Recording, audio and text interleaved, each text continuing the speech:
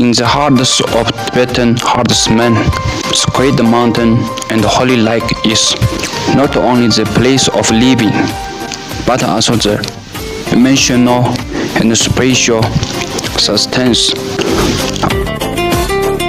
According to the legend, Yanxi-Tangla mountain has worldly pedigree. The father is Wo Zizhi, mother is Yongzhi Shuji, and Namtso is his concubine. There is an ancient legend on the north bank of Namtso.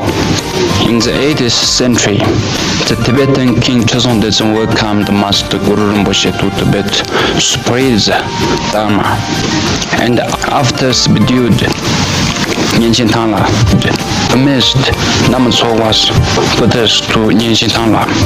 A grand wedding ceremony was held on the island of Sri-Lanka. The night before the wedding, 108 magical power at Namtso Lake. Overnight, a stone gate shaped like a holy elephant was built for Yanxi-Tangla.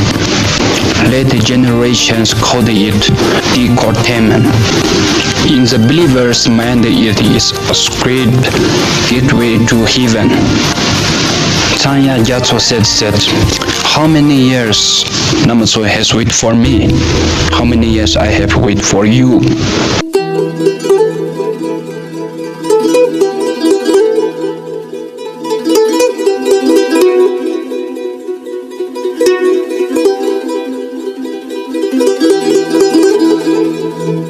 That day, I closed my eyes in the incense fog of the Buddha's hall. That month, I turned all the prayer was not for my civilization, but for the touch of your fingertips. That year, I prostrated myself along the mountain path, not for my pilgrimage, but for the warmth of the being close to you.